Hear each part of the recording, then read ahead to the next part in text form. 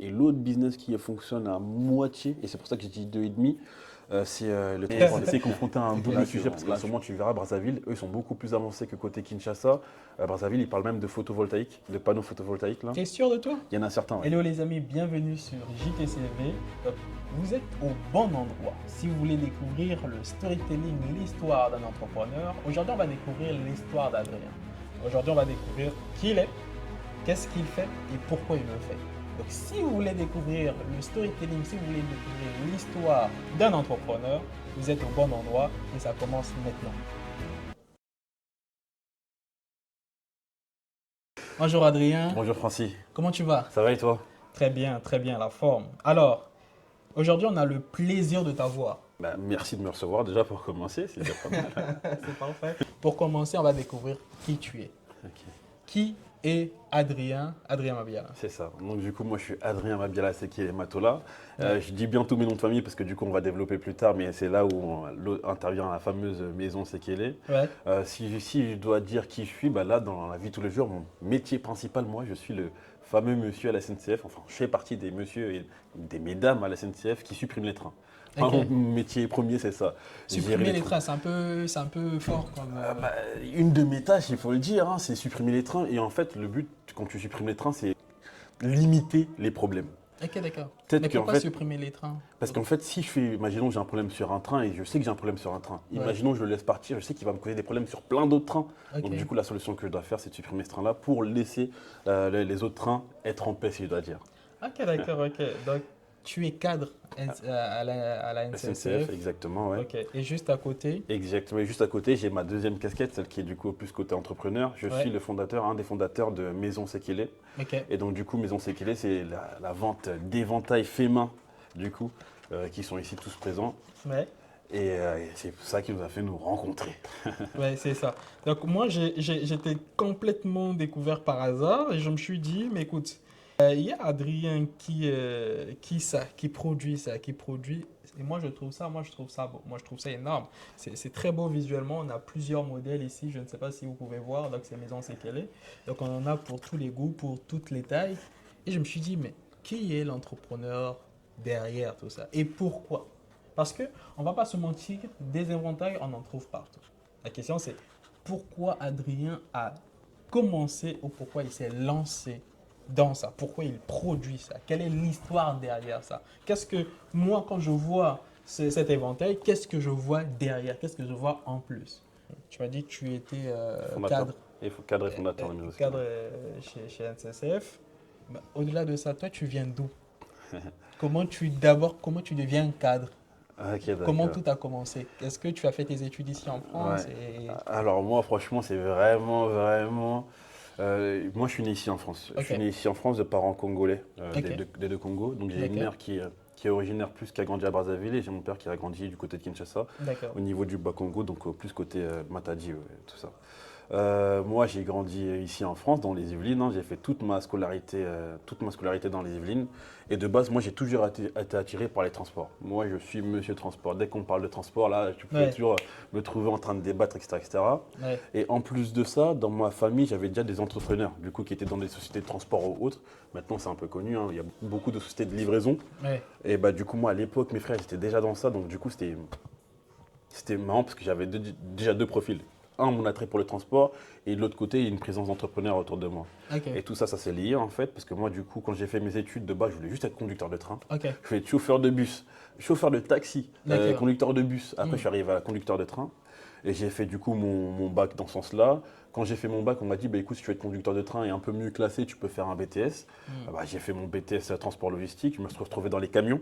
Ok. Je me suis retrouvé dans la société qu'on appelle STEF. C'est une société de transport frigorifique. Ok. À l'époque, ils livraient les magasins Auchan, tout ce qui est produits frais. Mhm.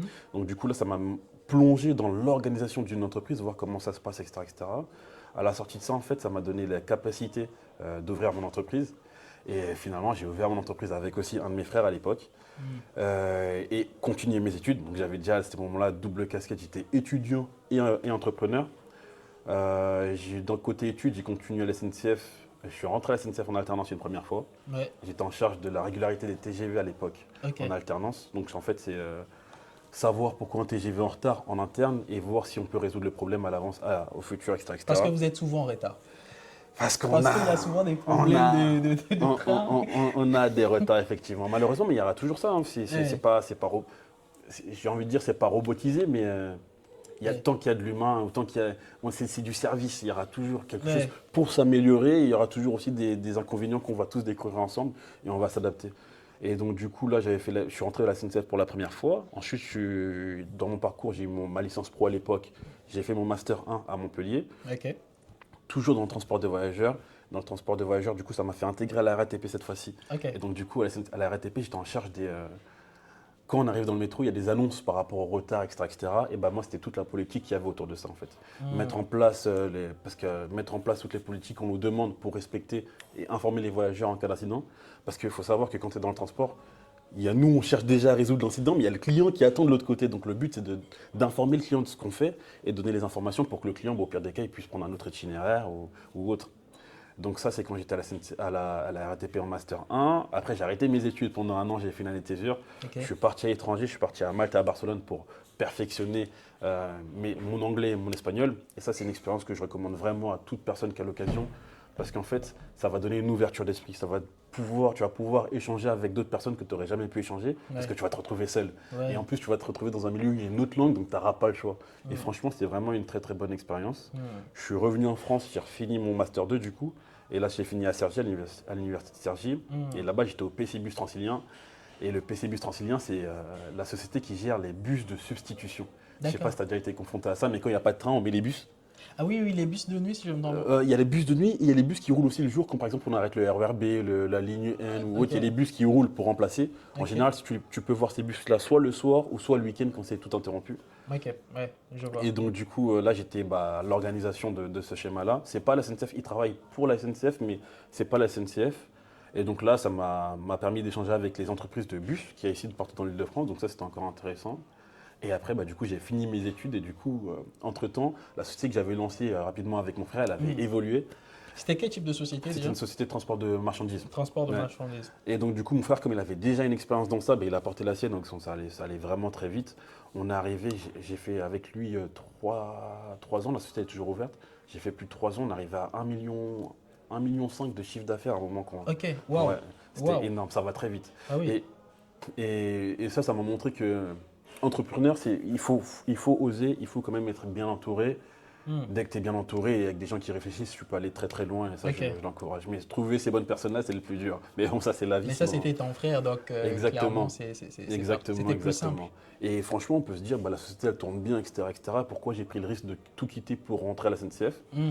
Et en fait, là, moi, je suis quelqu'un qui aime les défis, donc du coup, je me suis dit, pourquoi pas la SNCF? Et quand j'ai postulé à la SNCF et qu'ils m'ont proposé différents postes, il y avait le poste du fameux monsieur qui supprime les trains, etc., etc. Ouais. Là, je le résume pour que tout le monde comprenne, mais ils m'ont proposé ça et j'ai dit pourquoi pas, et je suis D'accord. rentré dedans. En rentrant dedans, du coup, j'ai fait mon petit train de vie, etc., etc. Et j'ai rencontré du coup ma femme, parce qu'on va bientôt se marier. Ah, félicitations d'avance déjà. Exact, merci beaucoup. Et en fait, dans notre parcours, nos familles, elles ont commencé à échanger et il y a cet accessoire qui est apparu. Donc c'est ça le déclic. Il y a eu cet événement. Mais en fait, pour eux, c'est totalement naturel parce qu'en fait, eux, Ok. ils sont dans la partie originaire du Cameroun, ils avaient déjà pour habitude, quand ils font une petite tenue, ils font un petit éventail qui va bien avec. Pour eux, Ouais. c'est totalement naturel. Ouais. Et quand il y a eu la rencontre entre les deux familles, Ok. ma famille, elle a vraiment matché avec aussi les éventails qu'on a proposés. Et je me suis dit, mais s'il y a un engouement comme ça entre deux familles déjà qui ne se connaissent pas, ça veut dire que c'est un produit qui peut toucher vraiment une plus large clientèle. Ok. Et donc, du coup, c'est là où on a décidé de passer de amateur à professionnel et on a décidé d'ouvrir, du coup, une boutique maison SKL. Donc Ok. là, du coup, là, on est en train de tout lancer en mode pro. On a déposé la marque à l'INPI ou autre. Tout ça, c'est en train de se faire. Ouais. Et actuellement, du coup, là, on a décidé de rendre pro ces choses-là. Ok. Ok. C'est super déjà. Donc, derrière, donc toi, le commencement, le déclic, c'est suite à cet événement-là. Donc, le fait de pouvoir organiser les mariages, c'est là où tu t'es dit, bah attends, il y a des gens, en fait, il y a une demande par rapport aux éventails. Si je ne me trompe pas. C'était même pas une demande, c'est qu'en fait, quand j'ai vu que ça matchait, comme quand j'ai vu ma famille, la mienne hein, que je connais Oui. quand même, là, Ok. recevoir les éventails et comment ils étaient attirés par les éventails, je me suis Mais dit, ça se bah, fait quand même au Congo parce que tu es congolais. ouais, exactement. Ça se fait au Congo, mais le problème, c'est pas, c'est pas ouvert à tous. En fait, là, tu peux très bien aller voir quelqu'un qui sait faire des éventails et qui va les faire, Ouais. mais chez eux, en fait, c'était déjà habituel. En fait, c'est comme si je te dis, Ok. va à tel endroit, ils savent déjà qu'il faut aller à tel endroit pour Ok, faire ça. d'accord. Donc, c'était beaucoup plus simple. À l'époque, on avait fait des éventails avec le tissu de ma dot, donc ça avait vraiment, vraiment bien marché. Hmm. Il y avait même des gens en dehors de la dot qui m'ont demandé ces éventails-là, etc., etc. Ouais. Et je me suis dit, mais pourquoi pas tester autre chose? Pourquoi pas aussi créer des variétés? Et c'est comme ça qu'on arrivait à jouer, parce qu'on a des tissus qui sont beaux. Hmm. Certes, les tissus, ils parlent pas à tout le monde, mais ils sont plutôt beaux. Ouais. Et donc, du coup, je me suis dit, bah, essayons. Et c'est là, ça m'a fait découvrir, du coup, la vente à grande échelle. D'accord. C'est là que j'ai commencé à travailler. Bah, du coup, là, je travaille sur Amazon. C'est des produits qui sont disponibles Sur Amazon. Ouais. Et c'est du wax. Ouais, c'est du wax, C'est exactement. c'est du super wax, si je peux même le dire. Donc, Ouais. je peux confirmer. C'est du Et en plus, wax, ce c'est qui est du bien, cuir. c'est que Ouais. non seulement c'est beau visuellement, non seulement c'est beau visuellement, mais en plus c'est super résistant. Là, on a du cuir qui recouvre le poignet, là, les deux poignets, et vous voyez, regardez, c'est totalement résistant et c'est super C'est ça. à faire. Il y a même derrière, Des petites pochettes comment on qui appelle vont ça, une avec. petite pochette Ouais. qui accompagne, on va dire, Le le- produit. le produit qui accompagne l'éventail. Donc, c'est super, franchement, c'est beau. Maintenant, moi, le truc, c'est, oui, tu as vu qu'il y a eu cet événement-là qui est arrivé, il y a eu, on va dire, ce déclic-là. Sinon, on peut avoir le déclic et on se dit, bon, écoute, oui, on va peut-être en faire une ou deux pour son mariage ou pour un ami. La question, c'est pourquoi toi, tu t'es lancé? Pourquoi tu l'as vu comme une opportunité entrepreneuriale? Comment ça s'est fait?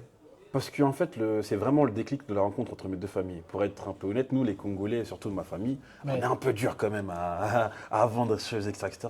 Et quand j'ai vu en fait que l'attrait que ça a causé, je me suis dit, mais c'est un attrait l'attraction là qui est là, ça peut toucher même le plus grand public. Ouais. Et donc je me suis dit, bah, pourquoi pas essayer? Et en fait, on a commencé à vendre autour dans notre réseau d'amis. Dans notre Dans réseau le- d'amis, dans ça a le- marché aussi. sur Et le je me réseau. suis dit, mais attends, Ok. si ça marche au réseau d'amis, pourquoi pas aller plus loin? Et c'est comme ça qu'on a commencé à mettre sur des plateformes comme Amazon ou sur notre propre site internet par Shopify. Et ça fait combien de temps déjà que tu es sur Amazon? Ça, je suis sur Amazon depuis fin mai. Depuis fin mai. Ouais, Donc, depuis fin mai, aujourd'hui, on est en juillet. exactement. Mai, juin, juillet, Ouais. donc c'est quoi? C'est 2 mois à peu Ouais, près? ouais, même un peu moins. Moi, je dirais même Un peu parce que moins? j'ai commencé fin mai, donc mai, ça compte pas. On va compter juin. Ouais, Et on va dire que moi, j'y suis vraiment depuis un mois et demi. ok. Et depuis un mois et demi, je vois de l'attrait par rapport à ce De produit-là. Je vois l'attrait. ouais. Et il nous a même montré les chiffres, c'est ahurissant, dans le sens où c'est fou et c'est formidable, c'est qu'il y a une réelle attraction vis-à-vis de ces produits. C'est quelque chose qui est très demandé. C'est quelque chose, en fait, derrière, il y a un chiffre d'affaires affirmé en moins de 2 mois. On est d'accord? En moins de 2 mois, il y a des gens qui en commandent en masse. Et derrière, c'est super beau. Parce que l'idée derrière, comme tu me le disais, donc, c'est aussi donc, de proposer on va dire des éventails faits en paille, mais aussi en d'autres tissus, tu as aussi Exactement, ouais. d'autres produits. Sur notre site internet, on va voir qu'il y a des éventails plus à plumes. Ça me parle Ouais. beaucoup plus. Comme par exemple, tu vas voir la mariée dans un mariage haute, ça se fait de Ok. plus en plus avec un petit éventail à plumes, etc., etc. Ok, à plumes. On le propose aussi. On propose aussi des éventails à plumes personnalisés où tu peux mettre ton nom, etc., etc. Et on est ouvert aussi à d'autres tissus qui parlent qui ramènent, enfin qui rapprochent d'autres cultures. Ok. Et par rapport à ça, là, on a une marge de progression qui est vraiment illimitée. Ok, c'est super, c'est super. Et bon, je suppose que depuis que tu t'es lancé, ça fait quoi? Ça fait 2 mois à peu près. Donc tu n'as pas, on va dire, de réelle galère, il n'y a aucune difficulté ou problème qui t'est arrivé par rapport à... Eh ben malheureusement, si, parce que dans la vie, quand on entreprend, ça ne veut pas dire que tout va très bien se passer. J'ai eu des petites galères, des colis qui se perdent. Ouais. Déjà, en fait, au début, comme j'ai dit, c'était comme j'ai expliqué, c'était le cercle d'amis, et maintenant on décide de passer au mode pro. Sauf que tout ça, il faut changer l'organisation qu'il y a derrière, comme l'approvisionnement, etc., etc. Je ne peux pas dire à mon client qui achète aujourd'hui, ouais, mais attends, ton éventail n'est pas encore arrivé, comme il vient du Cameroun. Moi, je Ouais. fais ça. Hein. et il n'est pas encore arrivé, attends, paye-moi aujourd'hui, mais tu vas recevoir ça dans un mois ou autre. Donc il fallait que je change de système, il fallait que j'améliore la logistique. Et ce qui est fort, c'est qu'on a réussi à trouver du coup, des acteurs logistiques et en France et au Cameroun qui me permettent de fiabiliser les envois à l'étranger et pour pouvoir assurer aussi un réassort quotidien de mes produits pour que jamais je sois en rupture de stock pour vendre à mes clients. Malheureusement, j'ai déjà eu une perte de 40 éventails, je me rappelle. Perte de 40 éventails. Ouais, de 40 éventails, la personne elle a perdu malheureusement les éventails. Donc du coup, moi ça m'a mis un trou parce que ces produits-là, ils étaient attendus. Ouais. Mais après, on a su rebondir et ça m'a poussé à changer mon fonctionnement, de vraiment m'affirmer sur un réseau pro. Et là, actuellement, je travaille avec des partenaires qui sont plutôt pros et j'ai rien à dire. En fait, quand tu vas voir l'éventail, ce qui va parler en premier, c'est la beauté. Donc là, nous, on choisit tous des éventails en wax qui soient soit brillants, soit simples, mais tous des beaux éventails, beaux à présenter, etc. Ouais. etc. Mais le but, c'est que j'aimerais aussi accrocher l'identité qu'il y a derrière. Ouais. Nous, tous les éventails qui sont ici, ils respectent tous un nom de collection. Tu vas avoir des noms de collection qui peuvent s'appeler Namibie, tu peux avoir des noms de collection qui vont s'appeler Kinshasa, tu vas avoir des noms de collection qui peuvent s'appeler Tunis, tu peux avoir vraiment une variété. Le but, c'est de rattacher ces noms de collection-là à des personnes pour que ça parle et pour que ça mette en valeur aussi les origines des personnes aussi d'où on vient. Oui, Il faut aussi ça. dire les choses. Mettre en valeur toutes ces cultures qu'on connaît mais qui ne sont pas forcément publiées au grand monde. C'est comme mettre en valeur le wax. Le wax, dans la culture afro, tout le monde connaît le wax, mais ce n'est pas forcément pour autant que tout le monde, tout le grand public connaît le wax. Donc c'est aussi à nous de faire un travail pour mettre en valeur nos propres produits que nous-mêmes on aime. On a des tissus aussi africains et je suis totalement ouvert aussi à faire des prochaines collections avec des tissus 100% africains. Et moi-même, je suis en demande. Moi-même, je demande à des gens s'ils connaissent des fournisseurs de ces fameux tissus-là, qui se mettent en contact avec moi. Comme ça, moi-même, je vois comment je peux travailler pour parler avec des produits encore plus parlants. Parce que certes, tout ça s'est fait au Cameroun, ça fait fonctionner l'économie locale du Cameroun. C'est très bien, au contraire, j'en suis fier. Mais si on peut rajouter encore une subtilité en plus, je suis totalement preneur. Aujourd'hui, on va parler de mes propres produits, mais moi, je suis partant pour soutenir tout type de personnes-là qui va mettre en avant aussi, faire fonctionner un commerce ou autre pays, que ce soit au Cameroun, que ce soit au Congo, que ce soit ailleurs. Parce que moi, je suis congolais de base, donc ça veut dire que le Cameroun, ce qui me dit, c'est juste ma belle famille avec ma femme, mais sinon, moi, j'ai rien à voir avec le Cameroun. Mais quelle était ton histoire déjà en tant que Congolais? Moi, mon histoire en tant que Congolais, il faut savoir que, et c'est vraiment dommage, mais en ce moment, ça commence à se régler. Moi, tout ce qui est Lingala, etc., ça arrivait beaucoup, très très tard. Et la preuve encore aujourd'hui, Parce que tu es né ici. Moi, je suis né ici. Mais jusqu'à aujourd'hui, par exemple, moi, mon plus gros regret, c'est que je ne comprends pas forcément l'Ari. L'Ari, il faut savoir que c'est la langue qui est plus parlée côté Congo-Brazzaville, alors que le Lingala, c'est parlé par le Congo-Brazzaville, mais ça vient globalement du Congo-Kinshasa. Donc c'est vraiment ouvert. Tout le monde maintenant connaît le Lingala. On a des artistes qui ont mis en avant le Lingala. On a un peuple qui a mis en avant sa propre langue. Et donc, du coup, c'est hyper beau. Il faut aller dans ce sens-là. Et donc, du coup, moi, quand j'ai commencé à grandir, j'ai essayé de me rapprocher au plus près de ma culture. Et donc, du coup, même, j'ai ouvert des entreprises aussi. J'ai fait des différents projets au Congo. Certains ont abouti, certains n'ont pas abouti, malheureusement. Mais j'ai aussi essayé de créer… Ah, tu as essayé de créer au Congo? Exactement, ouais. Combien échoué? Parce que très souvent, c'est ça le cas. C'est quand on veut lancer un business au pays, on se rend compte que soit on n'a pas assez de fonds, soit on ne connaît pas assez de monde. Ouais, exactement. C'est compliqué. Toi, quelles sont tes galères Sur trois, enfin, on va dire on va parler côté Kinshasa. Côté Kinshasa, j'ai lancé 3 projets en tout. Ouais. En fait, je dirais 2 projets et demi même, mais je vais expliquer. Sur les 2 projets et demi, il n'y en a qu'un seul qui fonctionne. Et encore, il ne fonctionne pas de dingue, mais il fonctionne.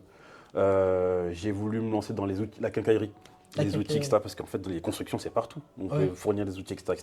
Je me suis dit, c'est évident, ça va parler à tout le monde. Les gens, ils ont toujours besoin d'outils. Pas du tout. Pas du tout. Là, c'était un bid. Et ça n'a pas Pourquoi? fonctionné. Parce que normalement, moi j'ai vécu un peu au Congo, mais je pense que c'est quelque chose qui marche. Qu'est-ce qui n'a pas marché? En fait, il faut un réseau. Si tu n'as pas un réseau qui est aussi pro dans ce domaine-là, c'est compliqué. Après, il faut faire attention à la différence de mentalité. Il faut l'assumer. C'est vrai qu'il y a une différence de mentalité entre ceux qui sont en Europe et ceux qui sont là-bas. Parce qu'il y a des choses pour nous qui sont simples, alors qu'il y a des choses pour eux qui sont là-bas, et ce n'est pas forcément simple. Comme par exemple la prospection. Aller vers l'autre, oser aller vers l'autre pour vendre tes produits, etc. Ce n'est pas forcément facile. Ah ouais, tu penses? Facile si toi-même tu ne connais pas forcément le produit. Ok. C'est pas parce que moi je vais t'envoyer des trucs et je vais te dire ouais c'est sûr que ça va partir que toi quand tu vas les recevoir c'est sûr que tu vas les faire partir, non. Il faut que toi-même tu comprennes, etc., etc. Et en fait j'avais envoyé des casques et autres et moi en fait ce que je disais, quand tu es en Afrique, en fait, tu es confronté à un double marché. Tu as les produits européens et tu as les produits chinois. Ok. La Chine, ils sont vraiment forts pour tout le monde. Et donc, du coup, la Chine, ils sont en Afrique, c'est très bien, il n'y a pas de problème. Mais les produits chinois, pareil qu'en France, ils sont beaucoup moins chers que les produits européens. Bien sûr, il y a Sauf des subventions derrière aussi. Et les produits européens, ce qui est bien, c'est qu'ils sont beaucoup plus sûrs. Donc ça, c'est vraiment l'argument qui passe. Sauf qu'en fait, les gens, c'est la réalité de tous les jours, la vie, elle est chère là-bas. Donc entre le produit qui est pas cher et le produit qui est cher, bah, c'est sûr que le gars de tous les jours, il va sur le produit qui est pas cher, quitte à le racheter plusieurs fois. Ouais. Mais au moins, lui, il va pouvoir travailler. Alors que si tu vas avec un produit qui est cher, lui, il se dit, bah, c'est pas grave, ça va pas parler au même public. Ok. Et moi, j'ai pas su parler à ce public-là, Ok. malheureusement.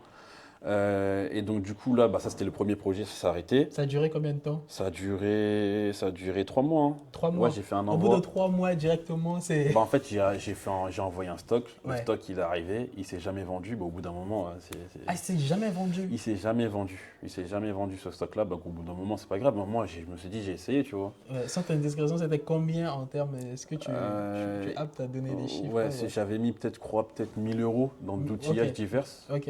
Et sur les 1000 euros, en plus, il fallait rajouter le transport. Dans le transport, je pense que j'étais à peu près à.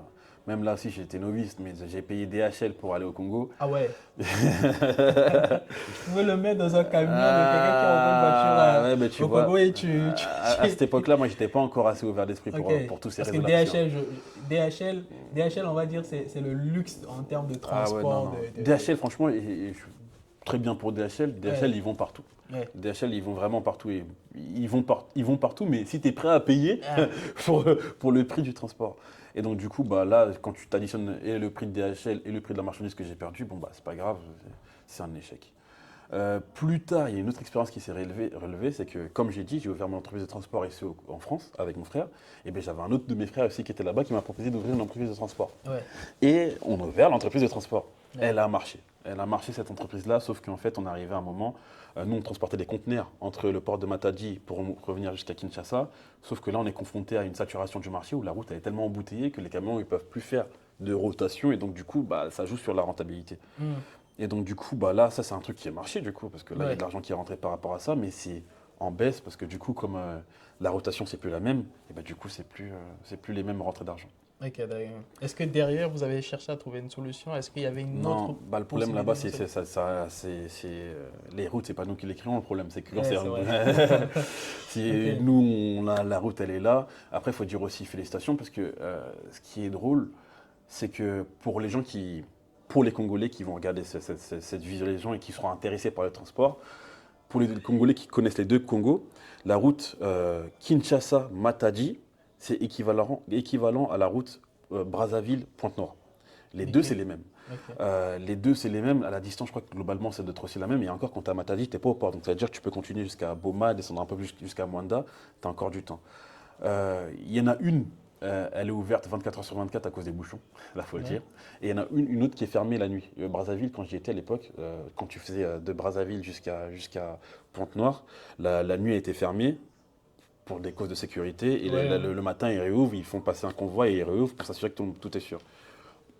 En termes de sécurité, les deux, je trouve que c'est cool. Ouais. Mais l'autre, il y a beaucoup plus de trafic du coup. Ok. Et c'est pour ça, et c'est dommage parce qu'en fait, en termes de transport, envoyer un conteneur à Brazzaville, ça coûte largement moins cher qu'envoyer un conteneur au Congo-Kinshasa. D'accord. Parce que tous les conteneurs qui vont au Congo-Kinshasa, ils doivent passer par Pointe-Noire en général pour changer le bateau et arriver dans un port congolais de Kinshasa. Et l'autre business qui fonctionne à moitié, et c'est pour ça que j'ai dit 2,5, c'est le transport de conteneurs. Ok. Pour ceux qui sont natifs ou originaires du pays, ils connaissent beaucoup de gens, comme toi, tu es en train de me dire, qui remplissent des conteneurs comme ça et que Ouais. c'est tout un business. Et franchement, félicitations à eux. C'est un Et business qui marche? c'est un business qui marche. Ouais, c'est un business qui marche parce que c'est comme. En fait, c'est parce que nous, on le voit comme ça, mais la Poste, c'est un business qui marche. Il y a tout le monde qui Ouais, envoie oui, ses colis, oui. etc. Oui, Mais oui. là, de l'autre côté, il y a un autre réseau informel qui s'est créé. Et donc, du coup, j'imagine que les premiers qui ont créé ce réseau-là, ils ont dû galérer parce qu'il y a la gestion de douane, etc. Mais en fait, là, maintenant, on est tellement nombreux à le faire que Mm. c'est devenu un business rentable. Et en fait, c'est devenu tellement rentable qu'il y a beaucoup de conteneurs qui sont envoyés. Ok. Et le résultat, c'est que c'est une chaîne. Mais comme beaucoup de conteneurs sont envoyés, il y a beaucoup de camions qui roulent, côté Kinshasa, par exemple, et saturation de la route. Tu vois. Et donc, tellement il y a de l'attrait par rapport à ça, ce qui est très bien. Au contraire, moi, je félicite ces gens qui font ça et j'incite les gens parce que dans le transport de biens, il y a un transport de richesse. Et en fait, ça lie aussi. C'est tout un environnement, un écosystème qui est autour de ça. Et c'est très bien, moi, j'ai rien à dire. Mais ça fonctionne. Et juste pour finir aussi sur les expériences, parce que j'ai parlé du Congo-Kinshasa, sur Congo-Brazzaville, j'ai aussi tenté des choses. Hein. Ok. J'ai tenté là récemment les groupes électrogènes. Ah ouais. J'ai envoyé des groupes électrogènes, j'ai envoyé par conteneur aussi. J'ai envoyé 2-3 groupes électrogènes. C'était quoi? C'était pour acheter, pour J'ai alimenter? j'ai acheté ici pour vendre, pour que la personne elle le revende là-bas, parce que les groupes, tout le monde a une petite maison, il veut mettre son groupe pour avoir son Ouais, électricité, etc. Notre réseau électrique, il n'est pas encore fiable à 100% pour combler tout ça. Ouais, il n'y a pas de courant, tout simplement. Exactement, Il il faut n'y a dire pas les d'électricité, termes, faut faut dire le les dire. Pas termes. d'électricité. Mais c'est confronté à un double sujet, parce qu'en ce moment, tu verras, Brazzaville, eux, ils sont beaucoup plus avancés que côté Kinshasa. Brazzaville, ils parlent même de photovoltaïque, de panneaux photovoltaïques. Là. T'es sûr de toi? Il y en a certains, ouais. Au Congo? Ouais, au Congo, ouais. Le Congo que moi j'ai connu? Ouais, tu verras. C'est Ah ouais? dingue, hein, c'est dingue. Et c'est comme ça, en fait, c'est quand tu échanges avec les gens, tu te rends compte, pardon, Ouais, tu te rends pas de compte souci. que il y a des choses qui se font, mais en secret. C'est ça le problème. Ah oui. Et je comprends, hein. Franchement, dans la vie, pour réussir, en Mais est-ce que général, c'est il faut quelque rester chose qui est secret. opérationnel Ouais, actuellement? les mecs, ils ont ils alimentent leur maison avec le soleil, c'est pas ce qu'ils mentent. Ah oui, oui, les panneaux. Les Là, tu panneaux, parles des les panneaux panneaux, solaires. ouais. Ok, ouais, c'est vrai. Panneaux solaires, tu peux en voir sur certaines Mais maisons. je pense que ce n'était pas interdit si je ne me trompe pas, parce que quelque part, ça gâche pas le business du Ah, gouvernement. là, s'ils ont réussi Parce à que moi, ce que j'ai entendu, d'après ce que moi j'ai entendu, Ouais. c'est que derrière, surtout en Afrique, on est d'accord, c'est un peu comme en France. Ouais. Si tu veux faire un truc et tu veux pas dépendre du gouvernement, Ouais. là, tu deviens une menace. Ouais, exactement. Après, je sais pas. Moi, je Là, sais tu ne juste. dépends plus de l'organisme qui gère. Ouais, Parce que totalement. juste derrière, mon caméraman, il a voulu lancer un projet Ouais. dans le secteur. Ouais. On lui a dit, écoute, là, si tu connais pas un tel, tu connais pas ceci, tu connais pas telle personne, c'est compliqué. Il y a différentes façons, je dirais. En fait, nous, faut pas forcément directement, et ça, je l'ai compris après. C'est moche à dire ce que je veux dire, mais il faut pas forcément tenter directement le légal. Il Ok. faut voir si son truc il marche de façon informelle. S'il marche de façon informelle, là maintenant tu essaies de légaliser la chose pour avoir le moins de problèmes possible. Mm. Et en fait, ça te permet de tester. Si toi-même maintenant tu verras toujours des gens qui vont acheter, etc., Ouais. bah, c'est bon. Mais si maintenant tu arrives à une grande échelle où en fait ton envoi tu ne peux plus le cacher, bah, là tu commences à déclarer et tu vois comment ça se passe. Ouais. Et ça, je le conseille pour tout business.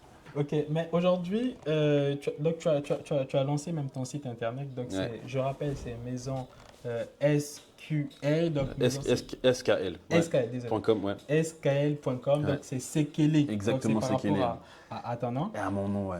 Derrière, c'est quoi ta vision